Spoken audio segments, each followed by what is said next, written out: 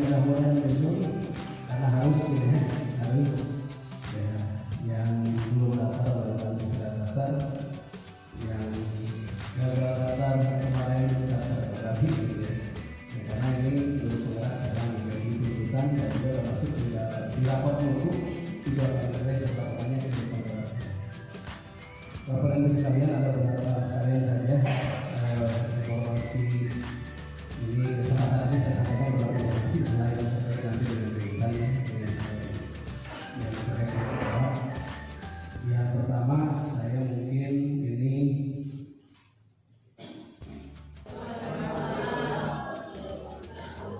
yang terhormat Bapak KUPT Mahasiswa Merdeka Bapak Dia MPD, yang saya hormati Bapak Ketua Kepala Sekolah, yang saya hormati Bapak Ibu Dewan Guru beserta staf pada administrasi sekolah.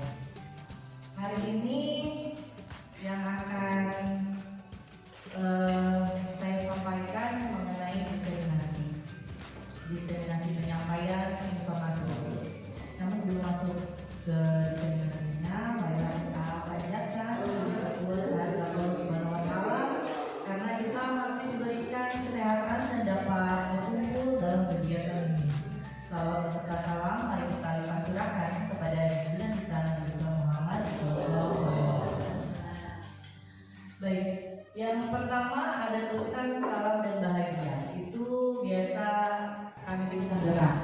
Setiap modul itu memiliki 7 tahap dan ini adalah modul ke 1.4.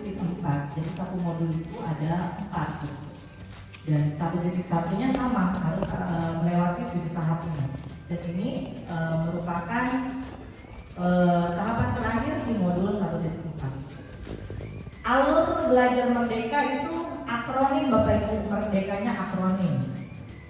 M-nya itu mulai dari diri, kemudian E-nya itu eksplorasi konsep, kemudian R-nya ruang kolaborasi, D-nya demonstrasi konsep atau mempresentasikannya di ruang kolaborasi. Kemudian untuk demonstrasi kontekstual itu berisi rencana penerapan dari pembelajaran yang sudah kita pelajari di sekolah.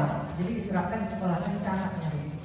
Bisa berupa video ditayangkan di YouTube, atau berupa infografis, peta konsep, PPT itu adanya di demonstrasi kontekstual.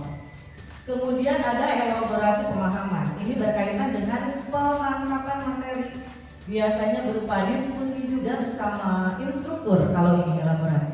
Kalau tadi ruang kolaborasi biasanya bersama fasilitator saja gitu ya. Kalau elaborasi itu bersama instruktur.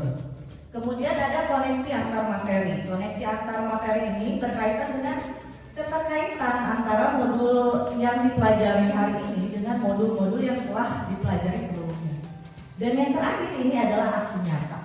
Aksi nyata untuk kali ini di modul 1.4 adalah atau bertujuan untuk mengimplementasikan pemahaman terkait budaya positif yang dapat membantu murid belajar dengan aman dan nyaman sesuai filosofi Ki Hajar Dewantara.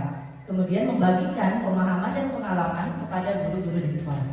Nah, ini adalah bentuk dari pemenuhan tugas saya pada kegiatan aksi nyata Bapak Ibu.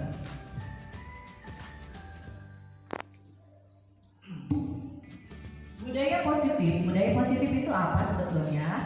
Budaya positif merupakan perwujudan dari nilai-nilai atau keyakinan universal yang diterapkan sekolah. Budaya positif diawali dengan perubahan paradigma tentang teori kontrol. Nanti kita juga akan disampaikan informasi mengenai ilusi kontrol yang tertanam di pikiran kita. Kita harus mau merubah paradigma tersebut, Bapak Ibu ya. Nah, sebelum memasuki penyampaian informasi berkenaan dengan budaya positif nih Bapak Ibu. Ada 3 pernyataan. Bapak Ibu setujukah dengan pernyataan ini? Yang pertama, hukuman dapat mendisiplinkan anak. Yang kedua, pemberian hukuman dengan hal positif seperti membaca atau membersihkan halaman sekolah dapat meningkatkan disiplin anak. Yang ketiga, memberi penghargaan dapat meningkatkan motivasi belajar anak. Adakah Bapak Ibu yang bersedia memberikan jawaban beserta alasannya? Setuju atau tidak setuju dengan pernyataan 1, 2, dan 3? Silakan Pak Didi.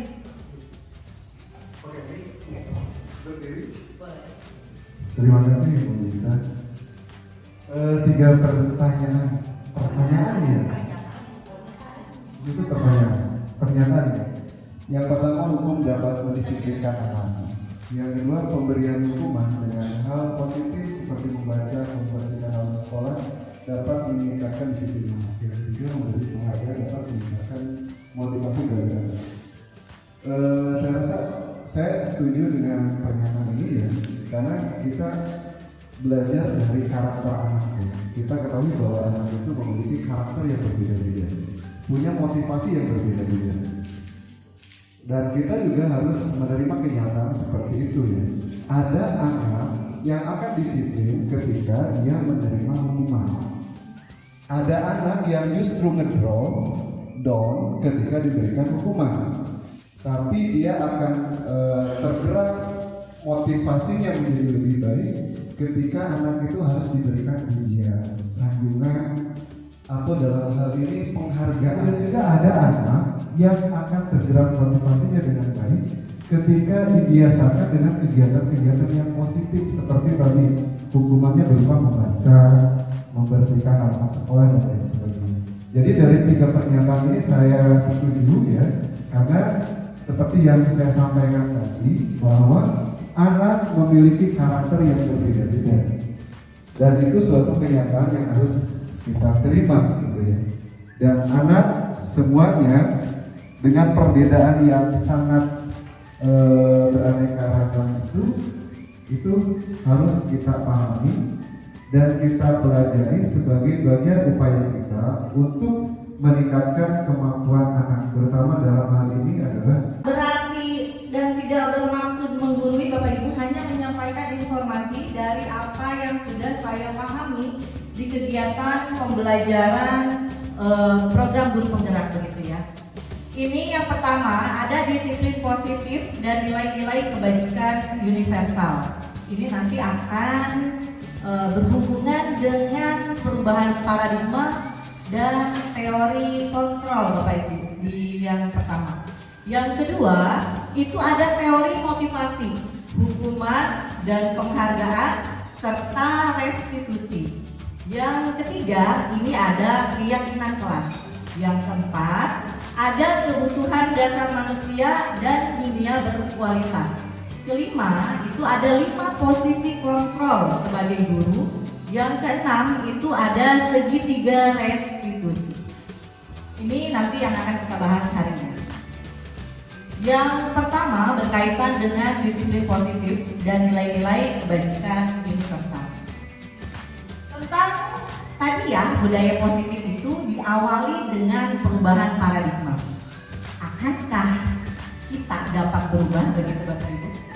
Bagi yang memiliki kertas seperti yang telah dituliskan di sana, yang duduknya berpasangan boleh tuh melakukannya, coba. Atau tidak ada kertas Bu, boleh apa saja yang menurut Bapak Ibu berharga? Misalkan, oh ada cincin nih, saya cincin. Saya merasa ini sangat berharga buat saya, maka saya pegang seperti ini. Ini untuk yang duduknya berdua ya, yang satu-satu boleh juga, jika ingin melakukannya boleh merapat. Jadi ada satu orang yang memegang, satu lagi adalah pelobi. Jadi ada yang berharga, ini cincin saya berharga menurut saya, gitu ya. Dan siapa yang berhasil membuka telapak tangan saya, atau siapa yang berhasil membuka genggaman yang ada di tangan Bapak Ibu? Siapa coba? Coba teman yang sebelahnya, Bapak Ibu boleh dipraktikkan Bapak Ibu, silakan. Boleh yang sebelahnya itu dengan cara membujuk, mengancam, bahkan diperbolehkan sehingga kuliah misalkan dapat membuka genggamannya. Silakan. Kita hitung sampai 10 ya. Alasannya boleh apa saja. Alasannya boleh apa saja.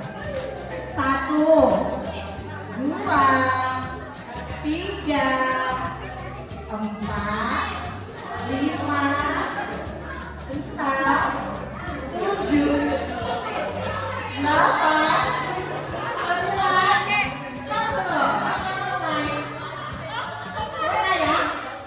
Yang sebelah sana, Firman dan Pak Ibrahim, kenapa dua-duanya menggenggam? Kenapa dua-duanya menggenggam? Satu orang yang lobby. Ada yang sedang mencoba, siapa? Itu. Dan Putri, siapa yang memegang atau menggenggam? Putri, menggenggam apa Putri? Itu cincin yang berharga sekali buat Putri. Kemudian itu melakukan apa? Merayu. Apakah dilepaskan? Apa dibuka ya? Apa Putri? Dibuka? Oh, dibuka. Ada yang tetap menggenggam? Ada?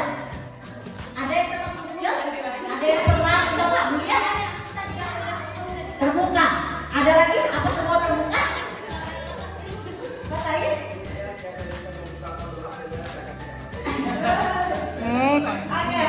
Oke Bapak Ibu, secara tidak langsung Bapak Ibu mau menggenggam atau melepaskannya, itu berasal dari mana Bapak Ibu? Dari diri sendiri bukan? Siapa yang mengontrol berarti? Diri sendiri, meskipun ada rayuan, bujukan, ancaman, hardikan, katanya boleh. Kalau kita tidak mau membukanya, maka ya tidak akan bisa dibuka meskipun dengan cara seperti itu.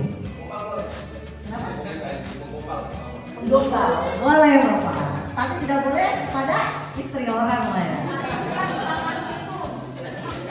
Oke ya. Jadi Bapak Ibu, kembali kepada perubahan paradigma ini, berarti teori kontrol yang mengontrol itu siapa? Diri kita sendiri. Bahkan perilaku pun, sikap, tindakan yang keluar atau yang dilakukan oleh kita itu berdasarkan apa? Kontrol siapa? Kontrol kita sendiri. Kenapa kita mau melakukan hal yang baik? Kenapa kita mau melakukan hal yang buruk begitu ya?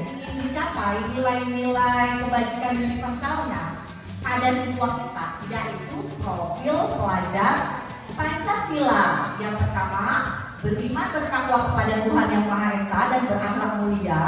Kedua, mandiri. Ketiga, bernalar kritis. Keempat, berkebinekaan global. Kelima, bergotong royong. Dan keenam, kreatif. Ini adalah nilai-nilai kebajikan universal yang ingin dicapai oleh murid-murid.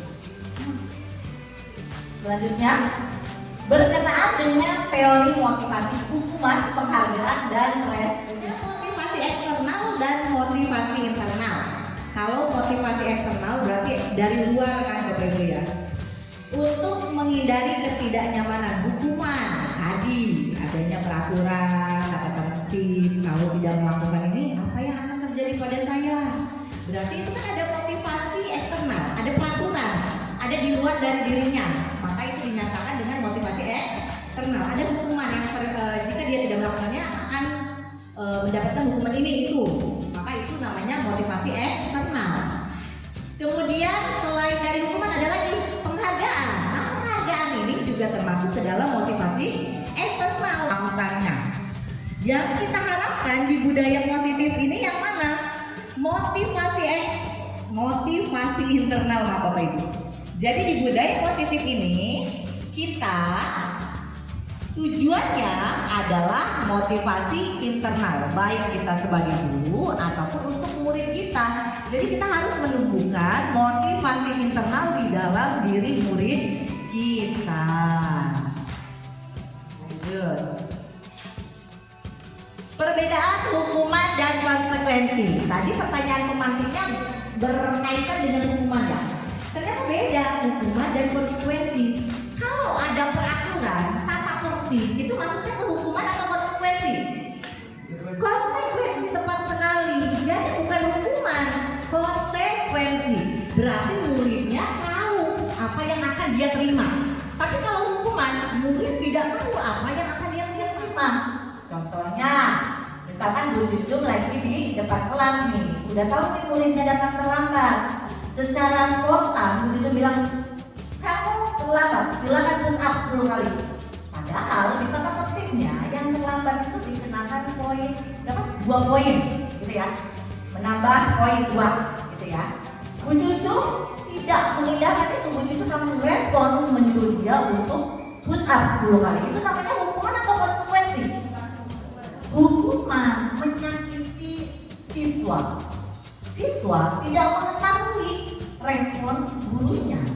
Bisa saja biasanya guru tidak menyuruh dia push up lagi, tapi lari keliling lapangan. Karena sering berkali-kali kamu terlambat, sekarang kamu keliling lapangan lari. Bisa? Bisa kalau bentuknya hukuman. Anak tidak tahu, kaget anak juga ya, karena dia tidak siap-siap. Tapi kalau konsekuensi, si anak tahu. Kalau dia datang terlambat, misalkan di konsekuensi tata tertibnya, jika datang terlambat, dia harus membersihkan toilet, misalkan konsekuensi di dalam tata tertib. Maka membersihkan toilet itu termasuk ke dalam konsekuensi anak yang terlambat itu sudah siap bahwa kalau saya datang, saya sudah siap dan akan melaksanakan membersihkan toilet. Jika tidak ada tata tertib tersebut, Bu Cucu langsung menyuruh anak itu untuk membersihkan toilet, maka itu adalah hukuman karena tidak tercantum dalam tata tertib dan anak tidak mengetahui itu. Ya, Bapak Ibu, beda ternyata antara hukuman dan konsekuensi. Hukuman menjadikan diri itu terlihat buruk, tapi kalau konsekuensi, karena yang tadi disampaikan, peraturan itu hukuman, bukan hukuman ya, dan Bapak Ibu harus bilangnya bukan hukuman, tapi konsekuensi. Konsekuensi itu ada pada anak akan mendisiplinkan anak, gitu ya. Kalau hukuman tidak dapat mendisiplinkan anak, kalau konsekuensi bisa saja, karena buktinya tadi kata Bu Yaya, semakin sedikit orang yang kesiangan karena ada peraturan dan tata tertib, karena ada konsekuensi ini. Maka anak yang tadinya kesiangan menjadi tidak kesiangan, berarti motivasinya dari mana Bapak Ibu? Motivasi eksternal, karena takut terhadap hukuman yang akan dia dapatkan. Berarti motivasi eksternal. Kita akan menuju kemana tujuan kita budaya positif? Yaitu merubah anak memiliki tadinya motivasi eksternal menjadi motivasi di dalam dirinya, motivasi internal. Jadi ketika anak tidak kesiangan lagi bukan karena hukuman, tapi karena memang dia harus datang tepat waktu dan dia ingin mendapatkan ilmu pengetahuan. Itu yang harus kita munculkan di bagian budaya positif ini, Bapak Ibu. Dihukum oleh penghargaan. Bagi yang menyukai penghargaan, yaitu apresiasi terus-menerus, ternyata secara tidak sadar kita sedang dihukum. Kenapa? Kenapa Bapak Ibu? Kira-kira ada yang ingin memberikan ini gagasan? Pertanyaannya, kenapa? Ini kan dihukum oleh penghargaan. Kenapa? Apakah Bapak Ibu merasa bahwa penghargaan ini menghukum? Ya, penghargaan. Dihukum oleh penghargaan. Sebetulnya kita sedang dihukum oleh penghargaan. Kira-kira kenapa? Betul, saya.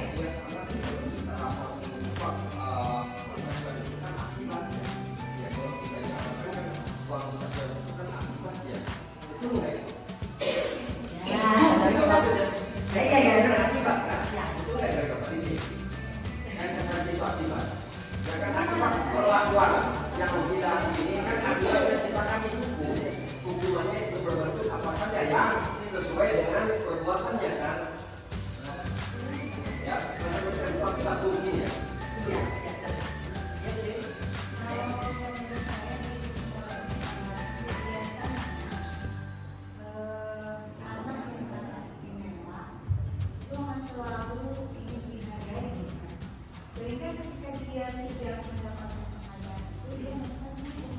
Betul sekali, anak yang tadinya selalu diiming-imingi oleh penghargaan, dia timbul motivasinya karena penghargaan, tiba-tiba dia tidak mendapatkan penghargaan, apa yang terjadi? Dia akan kecewa. Jangka panjangnya dia akan selalu ingin dihargai dan selalu ingin mendapatkan sebuah penghargaan untuk dirinya sendiri. Begitu maksudnya, Bapak Ibu ya, untuk dihukum oleh penghargaan. Terima kasih banyak Bu Dewi. Nah, ini adalah restitusi. Restitusi adalah proses menciptakan kondisi bagi murid untuk memperbaiki kesalahan mereka. Diharapkan kita warga sekolah, khususnya guru dan juga tas tentunya ya, menciptakan kondisi untuk murid dapat bisa memperbaiki diri. Ini diharapkan ada pada diri kita semua. Kita bisa melakukan restitusi. Selanjutnya ada 9 ciri restitusi. Jadi kalau misalkan ini sudah Bapak Ibu lakukan, secara tidak sadar sebetulnya kita sudah melakukan ini Bapak Ibu. Mungkin hanya beberapa, tapi kita sudah menjalankannya. Kita tinggal menguatkan dan konsisten melakukannya saja sebetulnya untuk menjadi budaya positif. Jadi bukan untuk menebus kesalahan atau untuk belajar dari kesalahan. Kita menyampaikan kepada siswa jika ada siswa yang berbuat salah, dia harus belajar dari kesalahan, jangan menebus kesalahan. Kemudian memperbaiki hubungan. Kalau hubungan tadi memperbaiki hubungan kan antara murid dan guru? Tidak. Nanti kita akan lanjut pada tabel bedanya hubungan konsekuensi dan restitusi. Jadi restitusi itu tawaran, bukan paksaan. Jadi memberikan pilihan-pilihan. Entah itu ide atau gagasannya dari murid itu biasanya diperbolehkan untuk restitusi. Jadi kita membiarkan murid untuk mencari solusi nih. Seperti pada nomor 8, fokusnya pada solusi. Kemudian restitusi mencari kebutuhan dasar yang mendasari tindakan. Ternyata ada kebutuhan dasar, Bapak Ibu. Jika ada murid yang berperilaku tidak baik, maka ada kebutuhan dasarnya yang tidak terpenuhi. Nah, kita harus menerapkan restitusi. Kemudian restitusi diri adalah cara yang paling baik. Restitusi fokus pada karakter, bukan tindakan. Restitusi mengembalikan murid yang berbuat salah pada kelompoknya, bukan menjauhkan. Kalau hukuman kemudian konsekuensi biasanya itu menjauhkan dari kelompoknya, tapi restitusi itu mengembalikan ke kelompoknya. Nah ini dia bedanya hukuman, konsekuensi, dan restitusi. Hukuman sesuatu yang menyakitkan harus terjadi. Kalau konsekuensi sesuatu harus terjadi. Kalau restitusi pilihan.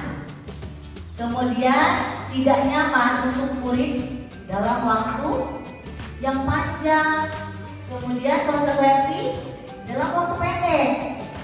Kemudian kalau restitusi menguatkan murid dalam jangka waktu panjang. Kemudian hukuman, korban mendapatkan keadilan kalau hukuman.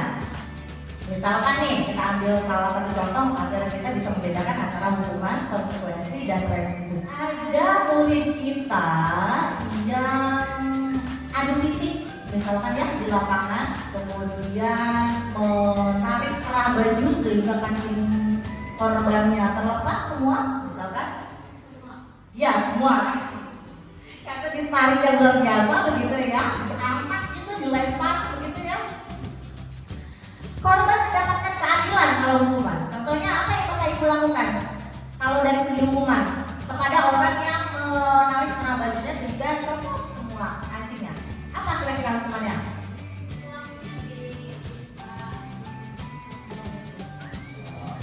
langsung dimasuk ruang PT, begitu ya? Berarti korbannya dapat keadilan. Dapat keadilan. Atau misalkan balik, silakan temennya tarik tengah bajunya kembali supaya korban tidak dapat keadilan. Misalkan dulu ada yang tarik sehingga terlepas semua kancing bajunya. Laki-laki ya, bukan perempuan. Kalau konsekuensi korban bisa diabaikan. Contohnya tadi yang bajunya terlepas. Sesuai dengan tata tertib, orang yang melakukan kekerasan fisik, itu mengangkat kena bajunya fisik ya, di poinnya mendapat poin 20 dan surat pemanggilan orang tua, gitu ya, di peraturannya. Dia akan mengabaikan korbannya yang lalu itu. Jadi prosesnya dia korban itu diabaikan karena sudah ada peraturannya kan. Konsekuensi yang diberikan kepada pelaku yaitu dipanggil orang tuanya. Jadi si korban bisa diabaikan tuh. Kalau restitusi, korban mendapatkan ganti. Tadi restitusi itu adalah tawaran, bukan paksaan. Berarti bapak ibu menawarkan kepada yang menarik kerannya itu apa yang mau kamu lakukan untuk memperbaiki kesalahan kamu. Begitu. Minta maaf yang pertama. Yang kedua misalkan, karena kancing bajunya lemas maka saya akan menggantinya atau menjahitnya. Itu kan pilihan atau ide atau gagasan yang dikemukakan oleh siapa? Oleh murid yang bersangkutan, bukan oleh gurunya. Kita hanya menawarkan kamu akan memberikan ide atau gagasan apa untuk memperbaiki kesalahan kamu ini. Nah itu adalah restitusi. Sehingga restitusi itu gunanya untuk menguatkan sehingga dia dapat menghargai orang lain. Oh ternyata tidak semudah itu. Kita harus belajar cara menjahit, kita harus mengumpulkan uang untuk membeli kancing baju, misalnya gitu kan tidak semudah itu. Maka dia akan menghargai prosesnya itu Bapak Ibu. Dan dia akan merasa diakui oleh sekolah, oleh kelasnya, oleh teman-temannya, karena dia diberikan tawaran. Tidak harus langsung menguntungnya begitu saja. Kemudian dia juga akan dengan senang hati melakukannya karena tidak berbentuk paksaan. Itu keluar solusi dari dirinya sendiri. Nah itulah bedanya antara hukuman, konsekuensi dan restitusi. Ini ada keyakinan kelas. Saya juga baru tahu ini Bapak Ibu ada keyakinan kelas dan saya tahu ada peraturan kelas atau konstruksi di kelas. Biasanya dipajang spanduk atau di kelas yang telah disepakati oleh kelas pastinya ya. Ternyata lebih dari itu seharusnya tidak berbentuk peraturan tetapi bentuknya keyakinan yang telah disepakati oleh para murid. Kenapa keyakinan? Karena keyakinan itu mendukung motivasi intrinsik atau motivasi dari dalam diri. Mereka meyakini. Seharusnya contohnya apa kalau keyakinan? Kalau misalnya peraturan kan seperti itu contohnya ya. Peraturan harus menggunakan helm saat mengendarai kendaraan motor itu peraturan ya. Kalau keyakinan apa sih kalau keyakinan di dalam kelas? Kalau keyakinan, Bapak Ibu contohnya adalah saya meyakini bahwa pentingnya menghargai barang milik orang lain. Menghargai barang milik orang lain. Artinya tidak mencuri. Jika kita menginjal maka akan dikembalikan, simpan barangnya ke tempatnya. Banyak kan? Padahal kita hanya menulis di apa namanya? Di spanduk keyakinan kelasnya adalah menghargai barang milik orang lain. Hanya itu saja. Kelas lingkupnya besar, kemudian akan menjadi nilai positif. Kira-kira nomor 1 atau nomor 2 yang keyakinan kelas? Nggak terbaca Bu dari sini. Tidak terbaca itu ya. Yang terbaca saja. Kira-kira yang mana? Nomor 1 atau nomor 2? Yang bentuknya keyakinan kelas. Ayo yang kelihatan, ayo jawab.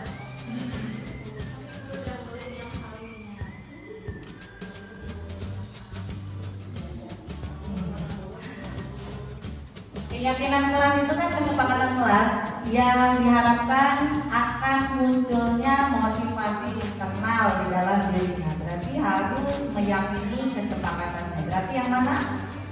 Yang nomor 2. Tepat sekali Bu ya. Kenapa sih tidak nomor 1? Sebetulnya sudah ikut di bagian nomor 2. Itu Kenapa Bu Yayin tahun berdua? Sepertinya karena suaminya sudah mencetak banner keyakinan kelas sepertinya ya. Bentuknya seperti itu. Nah ini peraturan dan keyakinan kelas. Hanya beda di istilahnya saja untuk menguatkan atau menumbuhkan motivasi internal. Jadi tidak berbentuk selalu kembalikan ke tempatnya, butuh ke tempatnya.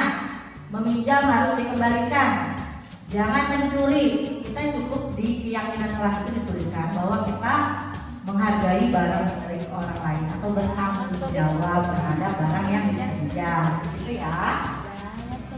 Lanjut ke bagian kebutuhan dasar manusia dan dunia berkualitas. Ini berkaitan dengan perilaku yang tidak baik. Jika ada anak yang berperilaku tidak baik, maka kebutuhan dasarnya pasti ada yang tidak terpenuhi. 5 kebutuhan dasar ini yang pertama masih bertahan hidup. Bertahan hidup itu seperti apa? Kebutuhan apa? Sandang, pangan, dan makan pastinya. Kemudian kasih sayang dan rasa diterima, penguasaan, kesenangan, dan kebebasan. Ada 5 kebutuhan dasar manusia. Jika kita berperilaku tidak baik, kita harus menanyakan tujuannya apa, kenapa. Pasti ada mungkin salah satu kebutuhannya yang tidak terpenuhi oleh dirinya sendiri. Oke, kita akan menganalisis kebutuhan dasar manusia. Nah ini ada kasus nih, Bapak Ibu lihat kasusnya. Bimo, seorang anak TKB, selalu berlari keluar kelas menuju jalan raya di depan sekolahnya yang ramai dengan kendaraan. Tingkahnya membuat guru Bu Ani bingung dan seringkali lari mengejarnya. Ada beberapa kemungkinan jawaban yang diberikan. Aku senang main kejar-kejaran dengan ibu guru, seru. Jawaban yang kedua, ibu kejar aku karena ibu guru sayang aku. Ketiga, aku hebat kan, bisa bikin ibu guru kejar aku. Yang keempat, aku bosan belajar mewarnai terus di dalam kelas. Nah, kira-kira siapa yang bisa menganalisis kebutuhan dasarnya Bimo pada pernyataan 1, 2, 3, 4 berdasarkan jawaban Bimo? Apa kebutuhan dasar yang harus dipenuhi? Apa? Coba, siapa yang bisa, Bapak Ibu? Tadi kebutuhan dasarnya ada 5. Yang pertama ada bertahan hidup, kasih sayang dan rasa diterima, penguasaan, kesenangan, dan kebebasan. Kira-kira pernyataan atau jawaban ke-1 Bimo itu menunjukkan apa kebutuhannya? Aku senang main kejar-kejaran dengan ibu guru, seru. Apa kebutuhannya? Kesenangan. Berarti Bimo butuh kesenangan. Dia berlari ke jalan raya, ternyata butuh kesenangan karena jawabannya seperti ini. Ditanya oleh Tuhan, kenapa lari?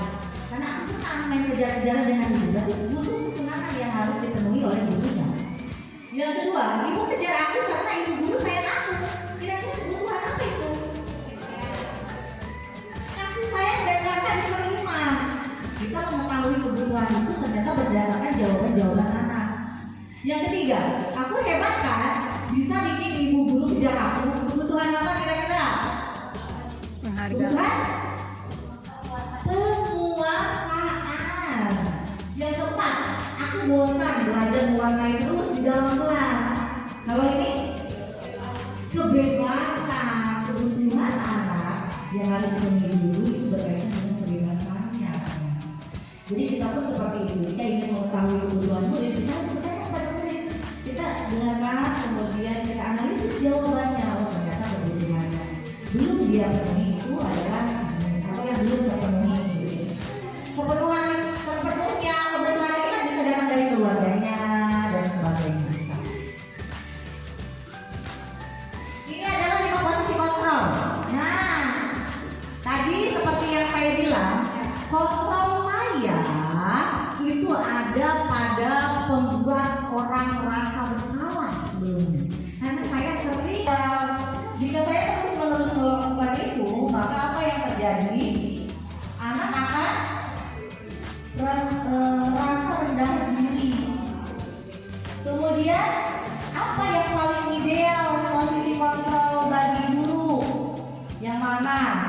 yaitu posisi manajer restitusi itu berkaitan dengan posisi kontrol guru sebagai manajer. Kalau kita sudah menerapkan restitusi, berarti ibu sedang berada pada posisi kontrol sebagai guru yang ideal, yakni manajer.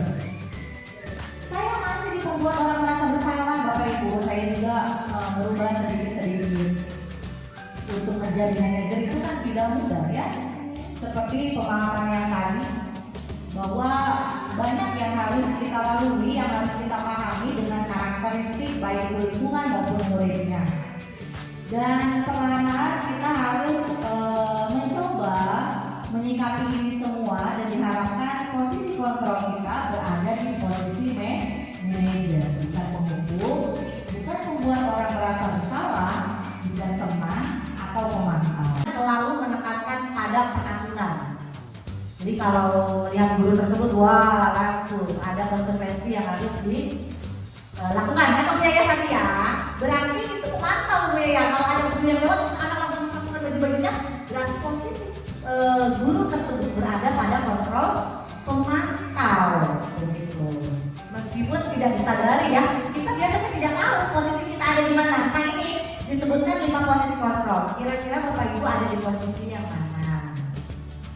Yang paling ideal adalah di bagian manajer. Jadi membuat murid mampu menghargai dirinya sendiri atau menimbulkan motivasi intrinsik di dalam muridnya.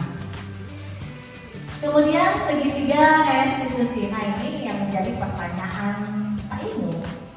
Tahapan segitiga restitusi yang pertama adalah menstabilkan identitas. Setiap orang pasti pernah melakukan kesalahan.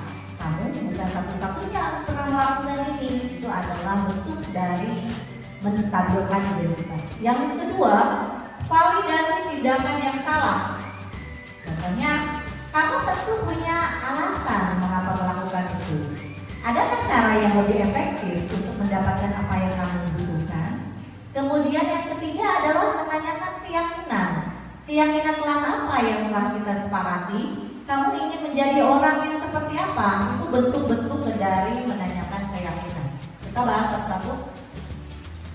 Menstabilkan identitas ini untuk apa sih? Untuk membuat anak yang merasa gagal karena berbuat salah menjadi positif terhadap dirinya. Jadi tidak kecewa terhadap dirinya sendiri atau tidak menyalahkan dirinya sendiri karena berbuat kesalahan. Bisa dengan menstabilkan identitas itu, guru berkata, berbuat salah itu hal yang manusiawi. Tidak ada manusia yang sempurna. Saya juga pernah melakukan kesalahan seperti itu. Jadi anak-anak akan berpikir positif terhadap dirinya sendiri, gitu ya, dan tidak merasa gagal karena berbuat kesalahan. Distabilkan emosi-emosinya dan dia distabilkan identitasnya. Kemudian ada validasi tindakan yang salah. Setiap tindakan yang dilakukan memiliki tujuan, yaitu memenuhi kebutuhan dasar. Menanyakan alasan kenapa kamu melakukan itu, kebutuhan dasar apa yang tidak terpenuhi, ini biasanya akan kita ketahui pada jawaban-jawaban anak. Selanjutnya, menanyakan keyakinan. Ketika identitasnya sukses telah tercapai, baik yang pertama dan yang kedua, maka anak sudah siap dihubungkan dengan nilai-nilai keyakinan. Sudah distabilkan identitasnya, kemudian sudah ditanyakan tujuannya untuk melakukan tersebut itu seperti apa, kemudian sudah siap untuk dihubungkan dengan nilai-nilai keyakinan. Keyakinan itu seperti tadi, menghargai barang milik orang lain. Kalian sudah meyakini itu, sudah menerapkan. Maka apa yang harus dilakukan, gitu ya? Agar bisa menjadi orang yang seperti apa yang dia mau, itu adalah bentuk dari keyakinan. Apa yang sudah dilakukan untuk menumbuhkan budaya positif? Jadi ini implementasi yang saya lakukan di sekolah. Yang pertama itu menumbuhkan kesenangan kepada murid dengan berbasis aset, yaitu memanfaatkan lingkungan sekolah dalam pembelajaran. Filosofi kajian dewasa tentang pendidikan kan harus berorientasi kepada murid ya, kepada siswa. Kebutuhan dasar apa yang didapatkan? Murid kan beraneka ragam kebutuhannya. Bisa kita identifikasi, kemudian bisa kita masukkan ke dalam pembelajaran kita. Kira-kira sudah mengetahui kebutuhan anak. Nanti akan masuk ke bagian pembelajaran berdiferensiasi. Itu nanti ya Bapak Ibu, kalau ini hanya untuk menumbuhkan budaya positif. Kemudian kreatif dan inovatif. Jadi guru mampu memilih dan menggunakan teknologi. Jadi sudah bisa nih menggunakan teknologi gurunya gitu ya.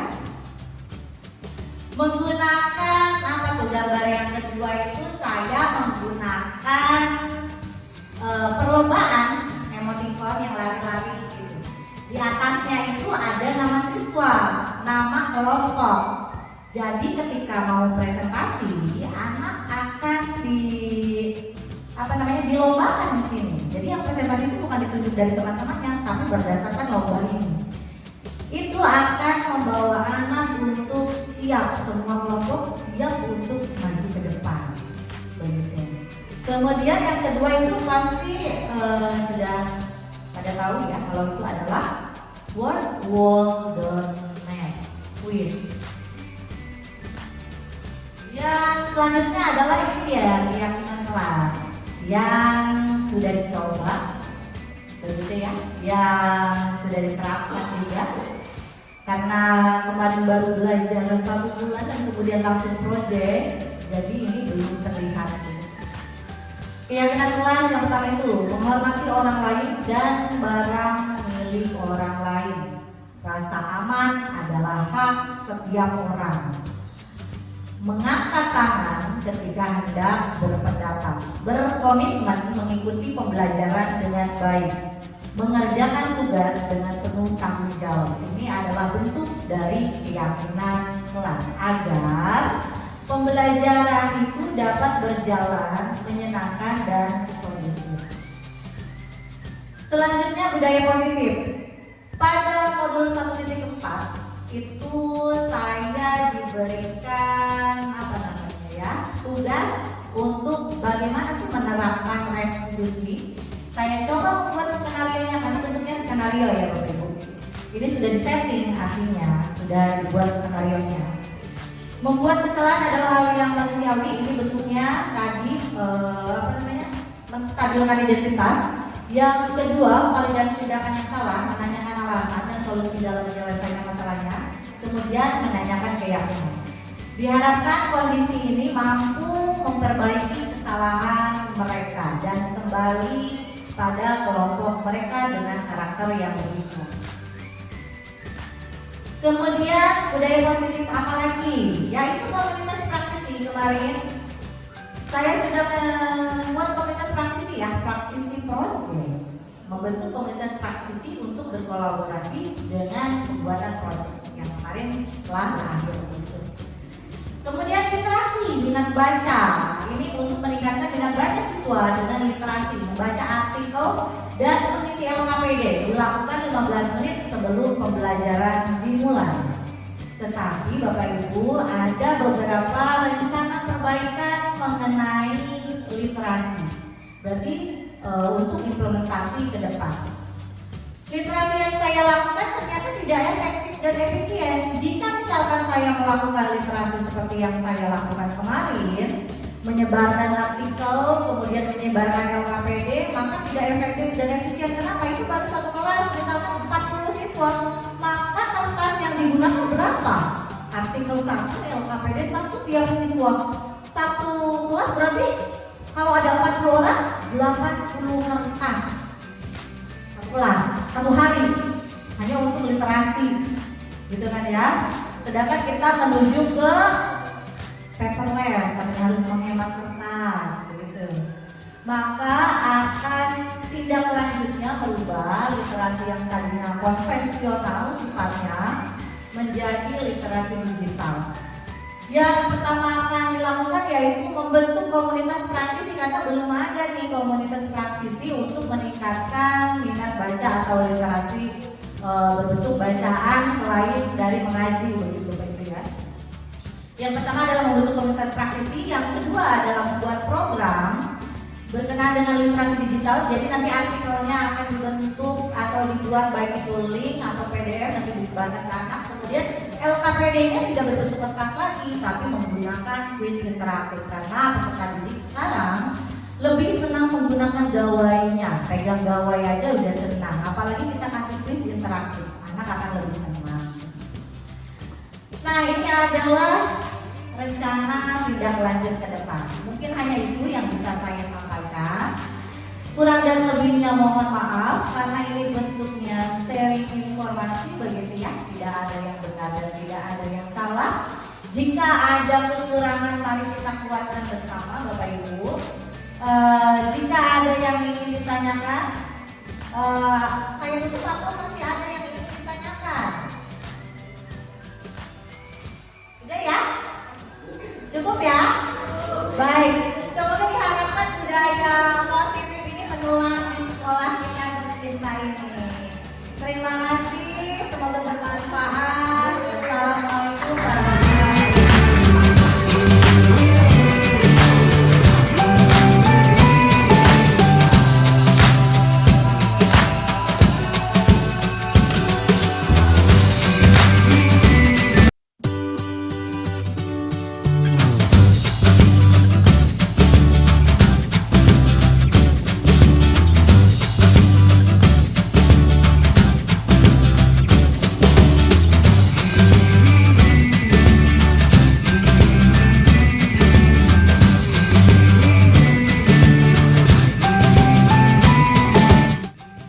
Sebelum kita buka kegiatan ini dengan sama-sama membacakan basmalah. Bismillahirrahmanirrahim.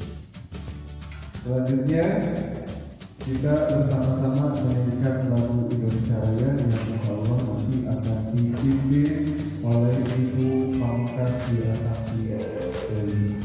Kepada Ibu Dewi disilakan. Mohon untuk berdiri.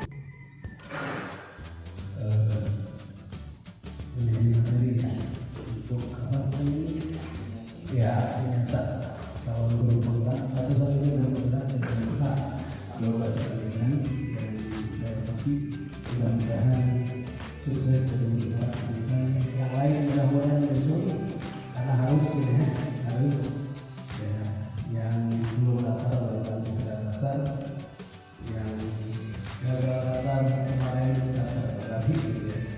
Karena ini guru penggerak sedang menjadi tuntutan dan juga termasuk juga di rapor mutu juga akan ada serta-mertanya di penggerak.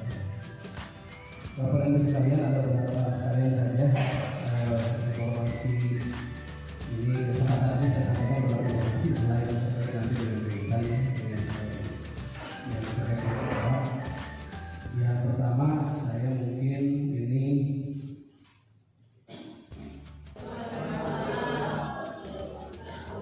Yang terhormat Bapak KUPT Mahasiswa Departemen Bapak Sia MPD, yang saya hormati Bapak Ketua Kepala Sekolah, yang saya hormati Bapak Ibu Dewan Guru beserta staf pada administrasi sekolah. Hari ini yang akan saya sampaikan mengenai diseminasi penyampaian informasi. Namun sebelum masuk ke diseminasinya, marilah kita panjatkan puji syukur kehadirat Allah Subhanahu wa Ta'ala karena kita masih diberikan kesehatan dan dapat berkumpul dalam kegiatan ini. Salam beserta salam mari kita limpah curahkan kepada junjungan kita Nabi Muhammad SAW. Baik, yang pertama ada tulisan salam dan bahagia. Itu biasa kami tuliskan gerak. Setiap modul itu memiliki 7 tahap dan ini adalah modul ke 1.4. Jadi satu modul itu ada 4. Dan 1.1-nya sama, harus melewati 7 tahap ini. Dan ini merupakan tahapan terakhir di modul 1.4. Alur belajar merdeka itu akronim Bapak Ibu, merdekanya akronim. M-nya itu mulai dari diri, kemudian E-nya itu eksplorasi konsep, kemudian R-nya ruang kolaborasi, D-nya demonstrasi konsep atau mempresentasikannya di ruang kolaborasi. Kemudian untuk demonstrasi kontekstual itu berisi rencana penerapan dari pembelajaran yang sudah kita pelajari di sekolah. Jadi diterapkan di sekolah rencananya. Bisa berupa video ditayangkan di YouTube atau berupa infografis, peta konsep, PPT itu adanya di demonstrasi kontekstual. Kemudian ada elaborasi pemahaman. Ini berkaitan dengan pemantapan materi. Biasanya berupa diskusi juga bersama instruktur kalau ini elaborasi. Kalau tadi ruang kolaborasi biasanya bersama fasilitator saja gitu ya. Kalau elaborasi itu bersama instruktur. Kemudian ada koneksi antar materi. Koneksi antar materi ini berkaitan dengan keterkaitan antara modul yang dipelajari hari ini dengan modul-modul yang telah dipelajari sebelumnya. Dan yang terakhir ini adalah aksi nyata. Aksi nyata untuk kali ini di modul 1.4 adalah atau bertujuan untuk mengimplementasikan pemahaman terkait budaya positif yang dapat membantu murid belajar dengan aman dan nyaman sesuai filosofi Ki Hajar Dewantara.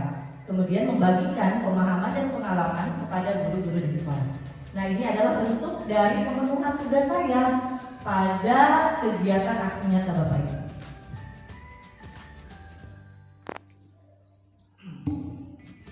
Budaya positif itu apa sebetulnya? Budaya positif merupakan perwujudan dari nilai-nilai atau keyakinan universal yang diterapkan sekolah.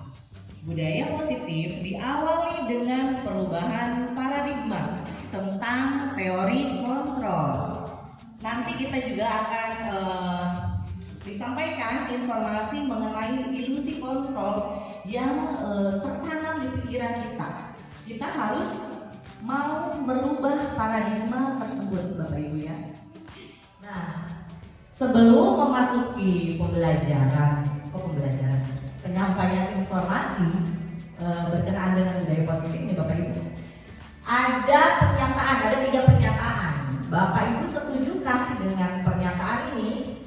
Yang pertama, hukuman dapat mendisiplinkan anak. Yang kedua, pemberian hukuman dengan hal positif seperti membaca atau membersihkan halaman sekolah dapat meningkatkan disiplin anak. Yang ketiga, memberi penghargaan dapat meningkatkan motivasi belajar anak. Adakah Bapak Ibu yang bersedia memberikan jawaban beserta alasannya? Setuju atau tidak setuju dengan pernyataan 1, 2, dan 3? Silakan Pak Didi. Oke, berdiri. Terima kasih Bu Dita. 3 pertanyaan ya. Itu pernyataan ya. Yang pertama, hukum dapat mendisiplinkan anak. Yang kedua, pemberian hukuman dengan hal positif seperti membaca, membersihkan halaman sekolah dapat meningkatkan disiplin anak. Yang ketiga, memberi penghargaan dapat meningkatkan motivasi belajar anak. Saya rasa saya setuju dengan pernyataan ini ya, karena kita belajar dari karakter anak ya. Kita ketahui bahwa anak itu memiliki karakter yang berbeda-beda, punya motivasi yang berbeda-beda. Dan kita juga harus menerima kenyataan seperti itu ya. Ada anak yang akan disiplin ketika dia menerima hukuman. Ada anak yang justru ngedrop down ketika diberikan hukuman. Tapi dia akan tergerak motivasinya menjadi lebih baik ketika anak itu harus diberikan ujian, sanjungan, atau dalam hal ini penghargaan. Dan juga ada anak yang akan tergerak motivasinya dengan baik ketika dibiasakan dengan kegiatan-kegiatan yang positif seperti tadi hukumannya berupa membaca, membersihkan halaman sekolah dan lain sebagainya. Jadi dari 3 pernyataan ini saya setuju ya, karena seperti yang saya sampaikan tadi, bahwa anak memiliki karakter yang berbeda-beda, dan itu suatu kenyataan yang harus kita terima gitu ya. Dan anak semuanya dengan perbedaan yang sangat beraneka ragam itu harus kita pahami dan kita pelajari sebagai bagian upaya kita untuk meningkatkan kemampuan anak, terutama dalam hal ini adalah Berarti dan tidak bermaksud menggurui Bapak Ibu, hanya menyampaikan informasi dari apa yang sudah saya pahami di kegiatan pembelajaran program guru penggerak begitu ya. Ini yang pertama, ada disiplin positif dan nilai-nilai kebajikan universal. Ini nanti akan berhubungan dengan perubahan paradigma dan teori kontrol Bapak Ibu di yang pertama. Yang kedua, itu ada teori motivasi, hukuman dan penghargaan serta restitusi. Yang ketiga, ini ada keyakinan kelas. Yang keempat, ada kebutuhan dasar manusia dan dunia berkualitas. Kelima, itu ada 5 posisi kontrol sebagai guru. Yang keenam, itu ada segitiga restitusi. Ini nanti yang akan kita bahas hari ini. Yang pertama berkaitan dengan disiplin positif dan nilai-nilai kebajikan universal. Tentang tadi ya, budaya positif itu diawali dengan perubahan paradigma. Akankah kita dapat berubah begitu Bapak Ibu? Bagi yang memiliki kertas seperti yang telah dituliskan di sana, yang duduknya berpasangan boleh tuh melakukannya, coba. Atau tidak ada kertas Bu, boleh apa saja yang menurut Bapak Ibu berharga. Misalkan, oh ada cincin nih, saya cincin. Saya merasa ini sangat berharga buat saya, maka saya pegang seperti ini. Ini untuk yang duduknya berdua ya, yang satu-satu boleh juga, jika ingin melakukannya boleh merapat. Jadi ada satu orang yang memegang, satu lagi adalah pelobi. Jadi ada yang berharga, ini cincin saya berharga menurut saya, gitu ya. Dan siapa yang berhasil membuka telapak tangan saya atau siapa yang berhasil membuka genggaman yang ada di tangan Bapak Ibu? Siapa coba? Coba teman yang sebelahnya, Bapak Ibu boleh dipraktikkan Bapak Ibu, silakan. Boleh yang sebelahnya itu dengan cara membujuk, mengancam, bahkan diperbolehkan sehingga kuliah misalkan dapat membuka genggamannya. Silakan. Kita hitung sampai 10 ya. Alasannya boleh apa saja. Boleh apa saja? Alasannya boleh apa saja? 1, 2, 3, 4, 5, 6, 7, 8, 9, 10.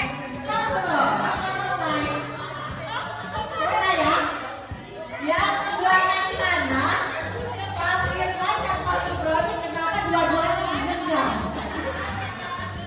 Kenapa dua-duanya menggenggam? Satu orang yang lobby. Ada yang sedang mencoba, siapa? Itu. Dan Putri, siapa yang memegang atau menggenggam?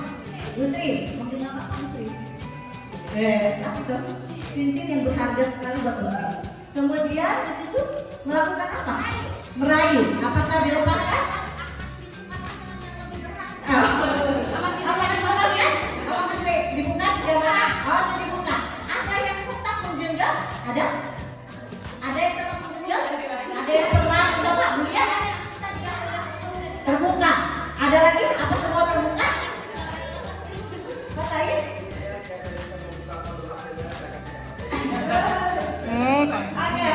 Oke Bapak Ibu, secara tidak langsung Bapak Ibu mau menggenggam atau melepaskannya, itu berasal dari mana Bapak Ibu? Dari diri sendiri bukan? Siapa yang mengontrol berarti? Diri sendiri, meskipun ada rayuan, bujukan, ancaman, hardikan, katanya boleh. Kalau kita tidak mau membukanya, maka ya tidak akan bisa dibuka meskipun dengan cara seperti itu. Gombal, boleh Bapak, tapi tidak boleh pada istri orang ya. Oke ya. Jadi Bapak Ibu, kembali kepada perubahan paradigma ini, berarti teori kontrol yang mengontrol itu siapa? Diri kita sendiri. Bahkan perilaku pun, sikap, tindakan yang keluar atau yang dilakukan oleh kita itu berdasarkan apa? Kontrol siapa? Kontrol kita sendiri. Kenapa kita mau melakukan hal yang baik?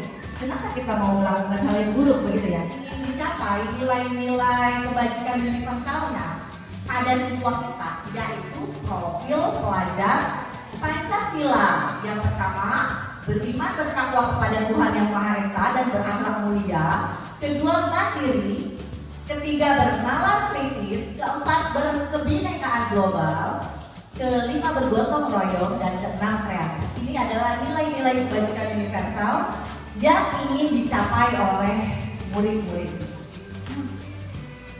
Selanjutnya, berkenaan dengan teori motivasi, hukuman, penghargaan, dan respon. Motivasi eksternal dan motivasi internal. Kalau motivasi eksternal berarti dari luar kan Bapak Ibu ya. Untuk menghindari ketidaknyamanan, hukuman tadi adanya peraturan atau tertib, kalau tidak melakukan ini apa yang akan terjadi pada saya. Berarti itu kan ada motivasi eksternal, ada peraturan, ada di luar dari dirinya. Maka itu dinyatakan dengan motivasi eksternal. Ada hukuman yang jika dia tidak melakukannya akan mendapatkan hukuman ini itu. Maka itu namanya motivasi eksternal. Kemudian selain dari hukuman ada lagi penghargaan. Nah, penghargaan ini juga termasuk ke dalam motivasi eksternal. Angkanya yang kita harapkan di budaya positif ini yang mana? Motivasi internal Bapak Ibu. Jadi di budaya positif ini kita tujuannya adalah motivasi internal, baik kita sebagai guru ataupun untuk murid kita. Jadi kita harus menumbuhkan motivasi internal di dalam diri murid kita. Lanjut. Perbedaan hukuman dan konsekuensi. Tadi pertanyaan pemantiknya berkaitan dengan hukuman ya. Ternyata beda hukuman dan konsekuensi. Kalau ada peraturan tata tertib, itu maksudnya ke hukuman atau konsekuensi?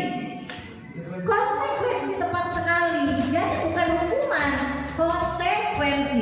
Berarti muridnya tahu apa yang akan dia terima. Tapi kalau hukuman, murid tidak tahu apa yang akan dia terima. Contohnya, misalkan Bu Cucu lagi di depan kelas nih, udah tahu nih muridnya datang terlambat. Secara spontan Bu Cucu bilang, kamu terlambat, silakan push up 10 kali. Padahal di tata tertibnya yang terlambat itu dikenakan poin, dapat 2 poin, gitu ya, menambah poin 2, gitu ya. Bu Cucu tidak mengindahkan itu, Bu Cucu langsung respon menyuruh dia untuk push up 10 kali. Itu namanya hukuman atau konsekuensi? Hukuman menyakiti siswa. Siswa tidak mengetahui respon gurunya. Bisa saja biasanya guru tidak menyuruh dia push up lagi, tapi lari keliling lapangan. Karena sering berkali-kali kamu terlambat, sekarang kamu keliling lapangan lari. Bisa kalau bentuknya hukuman. Anak tidak tahu, kaget anak juga ya, karena dia tidak siap-siap. Tapi kalau konsekuensi, dia anak tahu. Kalau dia datang terlambat, misalkan di konsekuensi tata tertibnya, jika datang terlambat, dia harus membersihkan toilet, misalkan konsekuensi di dalam tata tertib.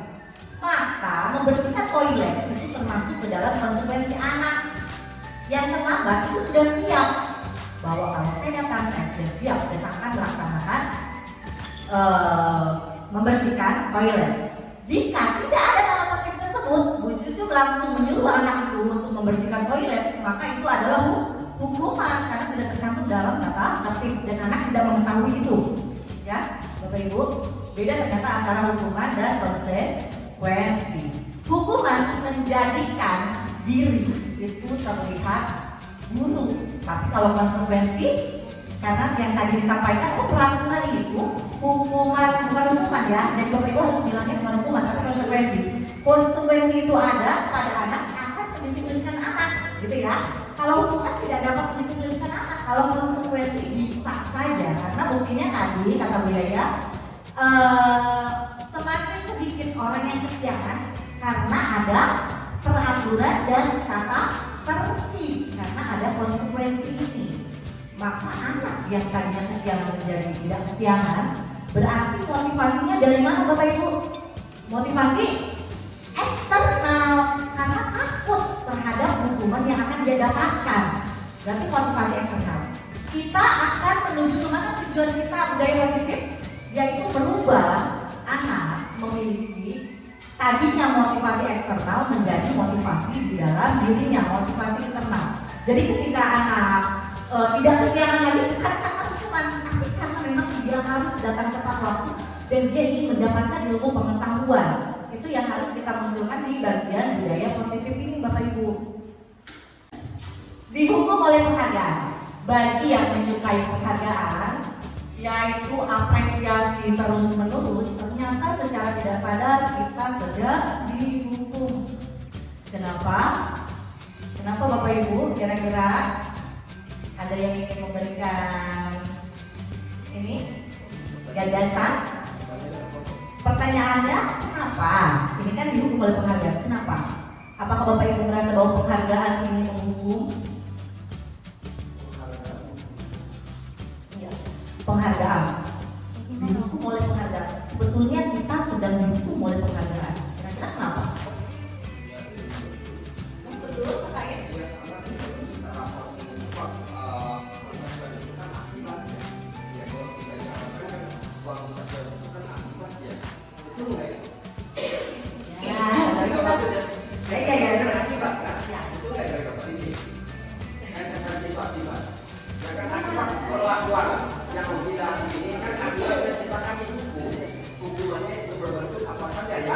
Sesuai dengan perbuatannya kan, ya, kita mungkin ya.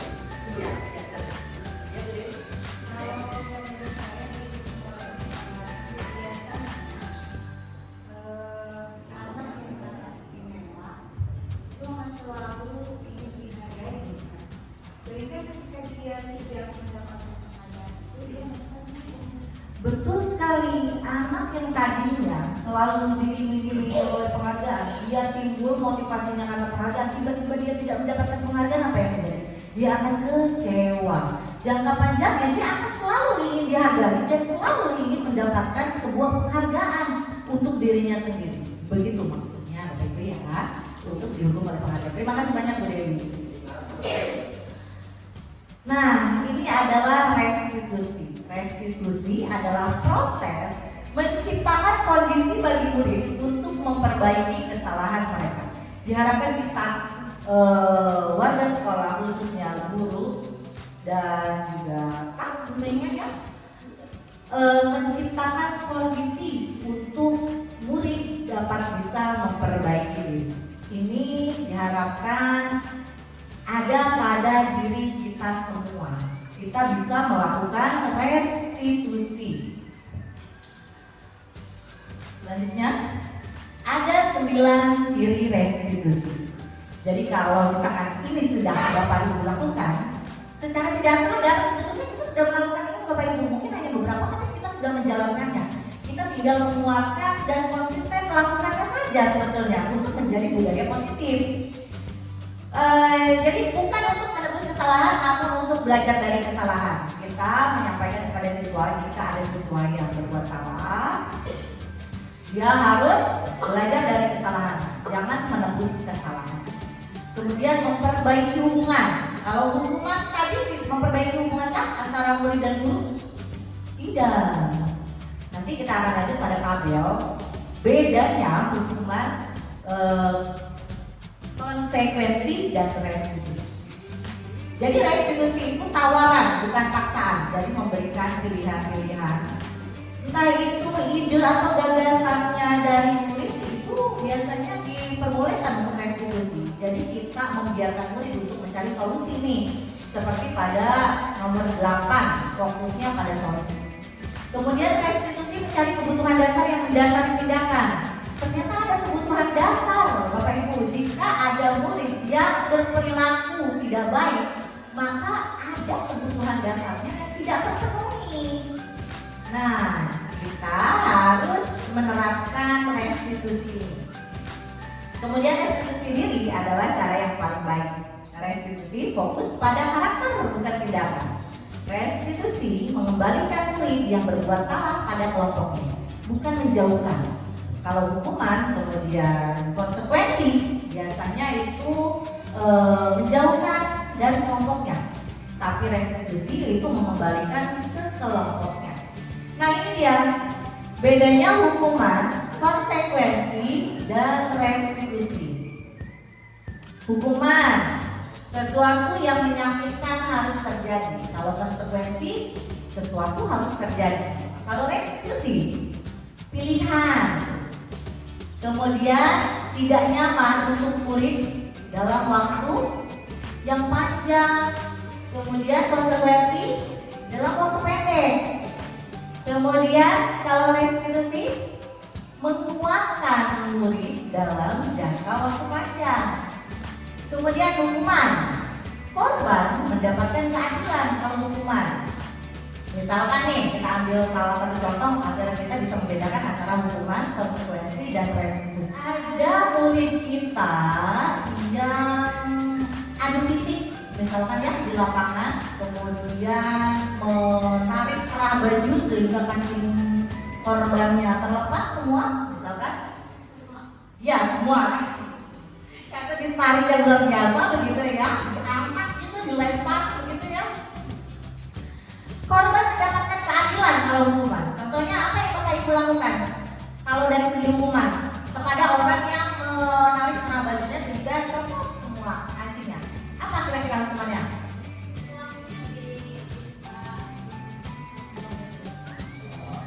Langsung dimasuk ruang PT begitu ya? Berarti korbannya dapat keadilan. Dapat keadilan. Atau misalkan balik, silakan temennya tarik kerah bajunya kembali supaya korban tidak dapat keadilan. Misalkan hukumannya yang tarik sehingga terlepas semua kancing bajunya. Bukan lagi ya, bukan perempuan. Kalau konsekuensi, korban bisa diabaikan. Contohnya tadi yang bajunya terlepas.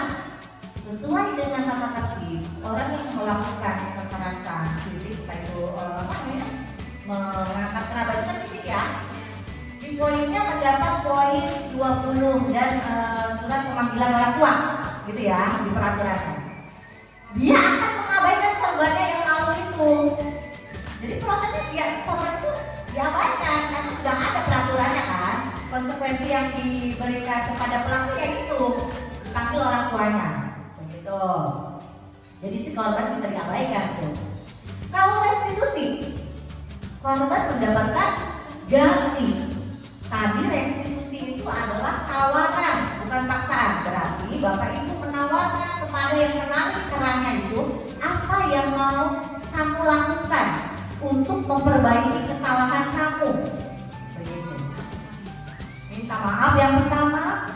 Yang kedua misalkan, oh karena kancing bajunya lepas maka saya akan menggantinya atau menjahitnya. Itu kan pilihan atau ide atau gagasan yang dikemukakan oleh siapa? Oleh murid yang bersangkutan, bukan oleh gurunya. Kita hanya menawarkan, kamu akan memberikan ide atau gagasan apa untuk memperbaiki kesalahan kamu ini. Nah itu adalah restitusi. Sehingga restitusi itu gunanya untuk menguatkan, sehingga dia dapat menghargai orang lain. Oh ternyata tidak semudah itu. Kita harus belajar cara menjahit, kita harus mengumpulkan uang untuk membeli kancing baju, misalnya gitu kan, tidak semudah itu. Maka dia akan menghargai prosesnya itu Bapak Ibu. Dan dia akan merasa diakui oleh sekolah, oleh kelasnya, oleh teman-temannya, karena dia diberikan tawaran. Tidak harus langsung menghukumnya begitu saja. Kemudian dia juga akan dengan senang hati melakukannya karena tidak berbentuk paksaan. Itu keluar solusi dari dirinya sendiri. Nah itulah bedanya antara hukuman, konsekuensi, dan restitusi. Ini ada keyakinan kelas. Saya juga baru tahu ini Bapak Ibu, ada keyakinan kelas dan saya tahu ada peraturan kelas. jam sambut atau tertib kelas yang telah disepakati oleh kelas pastinya ya. Ternyata lebih dari itu seharusnya tidak berbentuk peraturan, tetapi bentuknya keyakinan yang telah disepakati oleh para murid. Kenapa keyakinan? Karena keyakinan itu mendukung motivasi intrinsik atau motivasi dari dalam diri. Mereka meyakini. Seharusnya contohnya apa kalau keyakinan? Kalau misalnya peraturan kan seperti itu contohnya ya. Peraturan harus menggunakan helm saat mengendarai kendaraan motor, itu peraturan ya. Kalau keyakinan apa sih kalau keyakinan di dalam kelas? Kalau keyakinan, Bapak Ibu contohnya adalah saya meyakini bahwa pentingnya menghargai barang milik orang lain. Menghargai barang milik orang lain. Artinya tidak mencuri. Jika kita meminjam, maka akan dikembalikan, simpan barangnya ke tempatnya. Banyak kan? Padahal kita hanya menulis di apa namanya? Di spanduk keyakinan kelasnya adalah menghargai barang milik orang lain. Hanya itu saja. Kelas lingkupnya besar, kemudian akan menjadi nilai positif. Kira-kira nomor 1 atau nomor 2 yang keyakinan kelas? Nggak terbaca Bu yang sini. Tidak terbaca itu ya. Yang terbaca saja. Kira-kira yang mana? Nomor 1 atau nomor 2? Yang bentuknya keyakinan kelas. Ayo yang kelihatan, ayo jawab.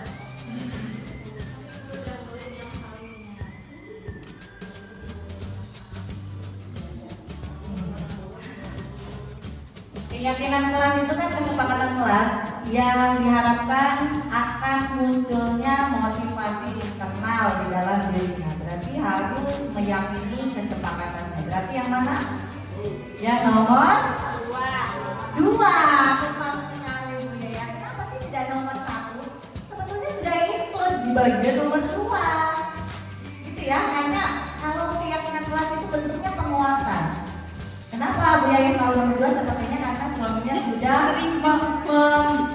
mencetak banner keyakinan kelas sepertinya ya. Bentuknya seperti itu. Nah ini peraturan dan keyakinan kelas. Hanya beda di istilahnya saja untuk menguatkan atau menumbuhkan motivasi internal. Jadi tidak berbentuk selalu kembalikan ke tempatnya, butuh ke tempatnya. Meminjam harus dikembalikan.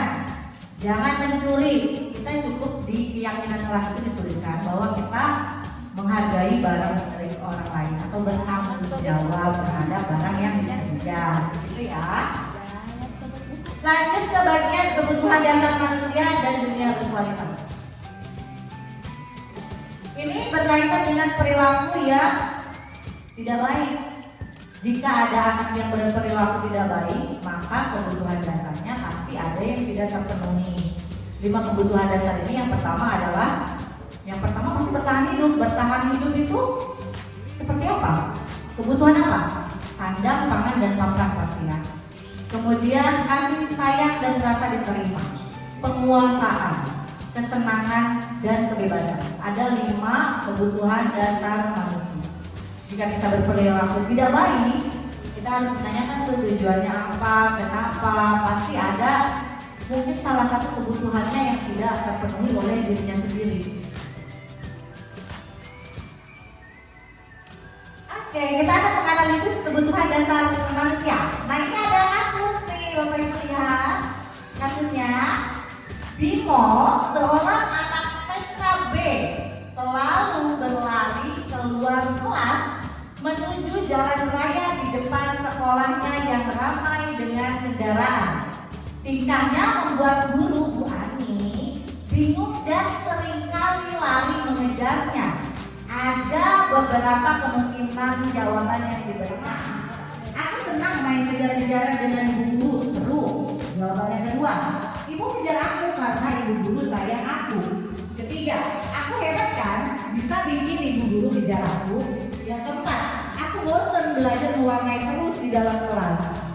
Nah, kira-kira siapa yang bisa menganalisis kebutuhan dasarnya Bimo pada pernyataan 1, 2, 3, 4 berdasarkan jawaban Bimo? Apa kebutuhan dasar yang harus dipenuhi apa? Coba, siapa yang bisa, Bapak Ibu? Tadi kebutuhan dasarnya ada 5. Yang pertama ada bertahan hidup, kasih sayang dan rasa diterima, penguasaan, kesenangan dan kebebasan. Kira-kira pernyataan atau jawaban ke 1 BIMO itu menunjukkan apa kebutuhannya? Aku senang main kejar-kejaran dengan ibu guru, seru. Apa kebutuhannya? Kesenangan, berarti BIMO butuh kesenangan. Dia berlari ke jalan raya, ternyata butuh kesenangan karena jawabannya seperti ini. Ditanya oleh Tuhan, kenapa lari? Karena aku senang main kejar-kejaran dengan ibu. Berarti butuh kesenangan yang harus dipenuhi oleh gurunya. Yang kedua, ibu kejar aku karena ibu guru sayang aku. Kira-kira kebutuhan apa itu? Kasih sayang dan rasa diterima. Kita mengetahui kebutuhan itu ternyata berdasarkan jawaban-jawaban anak. Yang ketiga, aku hebat kan? Bisa bikin ibu guru kejar aku. Kebutuhan apa kira-kira? Kebutuhan penguasaan. Yang keempat, aku bosan belajar mewarnai terus di dalam kelas. Kalau ini kebebasan, kebutuhan anak yang harus dipenuhi dulu itu berkaitan dengan kebebasannya. Jadi kita pun seperti itu, kita ingin mengetahui kebutuhan murid, kita harus bertanya kepada murid. Kita dengarkan, kemudian kita analisis jawabannya. Oh ternyata kebutuhannya belum dia penuhi itu adalah apa yang belum terpenuhi. Keperluan terpenuhnya kebutuhan kita bisa datang dari keluarganya dan sebagainya. Ini adalah 5 posisi kontrol. Nah, tadi seperti yang saya bilang, kontrol saya itu ada pada pembuat orang merasa bersalah sebelumnya. Karena saya seperti jika saya terus-menerus melakukan itu, maka apa yang terjadi? Anak akan rasa rendah diri. Kemudian apa yang paling ideal posisi kontrol bagi guru? Yang mana? Yaitu posisi manajer. Restitusi itu berkaitan dengan posisi kontrol guru sebagai manajer. Kalau kita sudah menerapkan restitusi, berarti ibu sedang berada pada posisi kontrol sebagai guru yang ideal, yaitu manajer. Saya masih diperbuat orang merasa bersalah, Bapak Ibu. Saya juga berubah sedikit-sedikit. Untuk menjadi manajer itu kan tidak mudah ya. Seperti pemahaman yang tadi, bahwa banyak yang harus kita lalui, yang harus kita pahami dengan karakteristik baik lingkungan maupun muridnya. Dan perlahan-lahan kita harus mencoba menyikapi ini semua dan diharapkan posisi kontrol kita berada di posisi manajer, bukan penghukum, bukan membuat orang merasa bersalah, bukan teman atau pemantau. Selalu menekankan pada peraturan. Jadi kalau melihat guru tersebut, wah langsung ada konsekuensi yang harus dilakukan. Kan ya tadi ya, berarti itu pemantau ya. Kalau ada guru yang lewat, anak langsung melakukan baju-bajunya, berarti posisi guru tersebut berada pada kontrol pemantau. Begitu. Meskipun tidak disadari ya, kita biasanya tidak tahu posisi kita ada di mana. Nah ini disebutkan 5 posisi kontrol. Kira-kira Bapak Ibu ada di posisi yang mana? Yang paling ideal adalah di bagian manajer. Jadi membuat murid mampu menghargai dirinya sendiri atau menimbulkan motivasi intrinsik di dalam muridnya. Kemudian segitiga restitusi. Nah ini yang menjadi pertanyaan Pak Ibu. Tahapan segitiga restitusi yang pertama adalah menstabilkan identitas. Setiap orang pasti pernah melakukan kesalahan. Namun bukan satu-satunya yang pernah melakukan ini. Itu adalah bentuk dari menstabilkan identitas. Yang kedua, validasi tindakan yang salah. Contohnya, kamu tentu punya alasan mengapa melakukan itu. Adakah cara yang lebih efektif untuk mendapatkan apa yang kamu butuhkan? Kemudian yang ketiga adalah menanyakan keyakinan. Keyakinan tentang apa yang telah kita sepakati? Kamu ingin menjadi orang yang seperti apa? Itu bentuk-bentuk dari menanyakan keyakinan. Kita bahas satu-satu. Menstabilkan identitas ini untuk apa sih? Untuk membuat anak yang merasa gagal karena berbuat salah menjadi positif terhadap dirinya. Jadi tidak kecewa terhadap dirinya sendiri atau tidak menyalahkan dirinya sendiri karena berbuat kesalahan. Bisa dengan menstabilkan identitas itu, guru berkata, berbuat salah itu hal yang manusiawi. Tidak ada manusia yang sempurna. Saya juga pernah melakukan kesalahan seperti itu. Jadi anak-anak akan berpikir positif terhadap dirinya sendiri, gitu ya, dan tidak merasa gagal karena berbuat kesalahan. Distabilkan emosi-emosinya dan dia stabilkan identitasnya. Kemudian ada validasi tindakan yang salah. Setiap tindakan yang dilakukan memiliki tujuan, yaitu memenuhi kebutuhan dasar. Menanyakan alasan kenapa kamu melakukan itu, kebutuhan dasar apa yang tidak terpenuhi, ini biasanya akan kita ketahui pada jawaban-jawaban anak. Selanjutnya, menanyakan keyakinan. Ketika identitasnya sukses telah tercapai, baik yang pertama dan yang kedua, maka anak sudah siap dihubungkan dengan nilai-nilai keyakinan. Sudah distabilkan identitasnya, kemudian sudah ditanyakan tujuannya untuk melakukan tersebut itu seperti apa, kemudian sudah siap untuk dihubungkan dengan nilai-nilai keyakinan. Keyakinan itu seperti tadi, menghargai barang milik orang lain. Kalian sudah meyakini itu, sudah menerapkan. Maka apa yang harus dilakukan, gitu ya? Agar bisa menjadi orang yang seperti apa yang dia mau, itu adalah bentuk dari keyakinan. Apa yang sudah dilakukan untuk menumbuhkan budaya positif? Jadi ini implementasi yang saya lakukan di sekolah. Yang pertama itu menumbuhkan kesenangan kepada murid dengan berbasis aset, yaitu memanfaatkan lingkungan sekolah dalam pembelajaran. Filosofi Kajian Dewasa tentang pendidikan kan harus berorientasi kepada murid ya, kepada siswa. Kebutuhan dasar apa yang ingin didapatkan? Murid kan beraneka ragam kebutuhannya. Bisa kita identifikasi, kemudian bisa kita masuk ke dalam pembelajaran kita. Bila-bila sudah mengetahui kebutuhan anak, nanti akan masuk ke bagian pembelajaran berdiferensiasi. Itu nanti ya Bapak Ibu, kalau ini hanya untuk menumbuhkan budaya positif. Kemudian kreatif dan inovatif. Jadi guru mampu memilih dan menggunakan teknologi. Jadi sudah bisa nih menggunakan teknologi gurunya, gitu ya.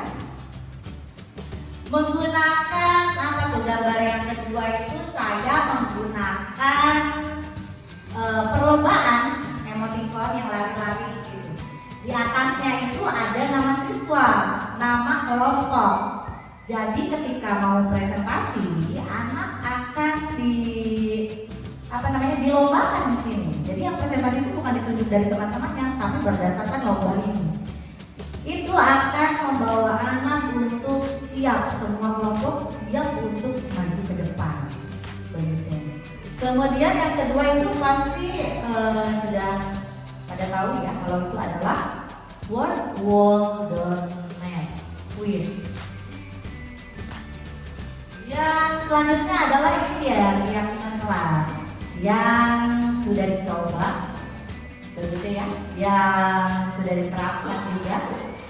Karena kemarin baru belajar 1 bulan dan kemudian langsung proyek, jadi ini belum terlihat. Keyakinan kelas yang pertama itu menghormati orang lain dan barang milik orang lain. Rasa aman adalah hak setiap orang. Mengangkat tangan ketika hendak berpendapat. Berkomitmen mengikuti pembelajaran dengan baik. Mengerjakan tugas dengan penuh tanggung jawab. Ini adalah bentuk dari keyakinan kelas agar pembelajaran itu dapat berjalan menyenangkan dan kondusif. Selanjutnya budaya positif. Pada modul 1.4 itu saya diberikan tugas untuk bagaimana sih menerapkan restitusi. Saya coba membuat skenario-nya karena bentuknya skenario ya Bapak Ibu. Ini sudah disetting artinya, sudah dibuat skenario-nya. Membuat kesalahan adalah hal yang manusiawi. Ini bentuknya tadi menstabilkan menampilkan identitas. Yang kedua, validasi tindakan yang salah, menanyakan alasan dan solusi dalam menyelesaikan masalahnya. Kemudian menanyakan keyakinan. Diharapkan kondisi ini mampu memperbaiki kesalahan mereka dan kembali pada kelompok mereka dengan karakter yang berbeda. Kemudian budaya positif apa lagi? Yaitu komunitas praktisi. Kemarin saya sudah membuat komunitas praktisi ya, praktisi project, membentuk komunitas praktisi untuk berkolaborasi dengan pembuatan project yang kemarin telah berakhir. Kemudian literasi, minat baca. Ini untuk meningkatkan minat baca siswa dengan literasi, membaca artikel dan mengisi LKPD. Dilakukan 15 menit sebelum pembelajaran dimulai. Tetapi Bapak Ibu, ada beberapa rencana perbaikan mengenai literasi. Berarti untuk implementasi ke depan. Literasi yang saya lakukan ternyata tidak efektif dan efisien. Jika misalkan saya melakukan literasi seperti yang saya lakukan kemarin, menyebarkan artikel, kemudian menyebarkan LKPD, maka tidak efektif dan efisien. Kenapa? Itu baru satu kelas, misalkan 40 siswa, maka kertas yang digunakan berapa? Artikel 1, LKPD 1 tiap siswa. Satu kelas berarti kalau ada 40 orang, 80 kertas. Kelas, satu hari hanya untuk literasi, gitu kan ya. Sedangkan kita menuju ke paperless, kami harus menghemat kertas, begitu. Maka akan tindak lanjutnya berubah literasi yang tadinya konvensional sifatnya menjadi literasi digital. Yang pertama akan dilakukan yaitu membentuk komunitas praktisi, karena belum ada nih komunitas praktisi untuk meningkatkan minat baca atau literasi berbentuk bacaan selain dari mengaji, begitu Pak ya. Yang pertama adalah membentuk komunitas praktisi, yang kedua adalah membuat program berkenaan dengan literasi digital. Jadi nanti artikelnya akan dibentuk atau dibuat baik itu link atau PDF, nanti disebarkan ke anak. Kemudian LKPD-nya tidak berbentuk kertas lagi, tapi menggunakan kuis interaktif, karena peserta didik sekarang lebih senang menggunakan gawainya. Pegang gawai aja udah senang, apalagi kita kasih kuis interaktif, anak akan lebih senang. Nah, ini adalah rencana tindak lanjut ke depan. Mungkin hanya itu yang bisa saya sampaikan. Kurang dan lebihnya mohon maaf, karena ini bentuknya seri informasi begitu ya. Tidak ada yang benar dan tidak ada yang salah. Jika ada kekurangan, mari kita kuatkan bersama Bapak Ibu. Jika ada yang ingin ditanyakan, saya tutup atau masih ada yang ingin ditanyakan? Udah ya? Cukup ya? Baik, semoga diharapkan budaya positif ini menular di sekolah kita tercinta ini. Terima kasih.